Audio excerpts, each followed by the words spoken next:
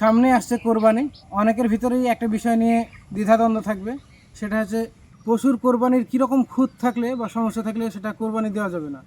আমাদের অবশ্যই জানা উচিত, মনে রাখতে হবে যে সমস্ত পশুর খুঁতগুলো বা সমস্যাগুলো একদম প্রকাশ্য, যেমন দূর থেকেই দেখে বোঝা যাবে যে পশুটা অনেক বেশি দুর্বল, শীর্ণ জীর্ণ, মাংস শরীরে সেরকম নেই, হাড়ের মজ্জাগুলোও শুকিয়ে গেছে, হাড়গুলো শুধু চামড়া দিয়ে ঢাকা আছে, এমন পশু।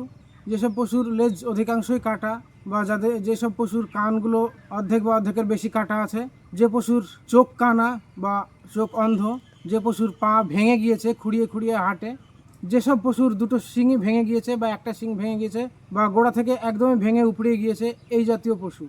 আর যেসব পশুর শিং অল্প একটু ভেঙেছে বা ফেটেছে, তাতে তার কোনো সমস্যা হচ্ছে না, কান অল্প একটু কেটেছে, তাতে কোনো সমস্যা হচ্ছে না, বা লেজে অল্প কেটে গিয়েছে বা পা ভেঙে গিয়েছিল, সেটা ঠিক হয়ে গিয়েছে, এই জাতীয় পশু যেগুলোর কোনো সমস্যা এখন বোঝা যাচ্ছে না, এইরকম পশু কোরবানি থাকলে এই বিষয়গুলো কাছের মসজিদের ইমাম অথবা মাদ্রাসার কোনো ইমাম থাকলে তার কাছ থেকে ভালোভাবে জেনে নিয়ে সেটা কোরবানি দেওয়া উত্তম হবে। আল্লাহর জন্য যে কোরবানিটা দিব, আমার সব থেকে ভালো লাগা পশুটাই কোরবানি আল্লাহর কাছে গ্রহণযোগ্য হবে। আল্লাহ রাসূল সাল্লাল্লাহু আলাইহি সাল্লাম বলেছেন, সব থেকে প্রিয় পশুটাই কোরবানি দেওয়া উত্তম।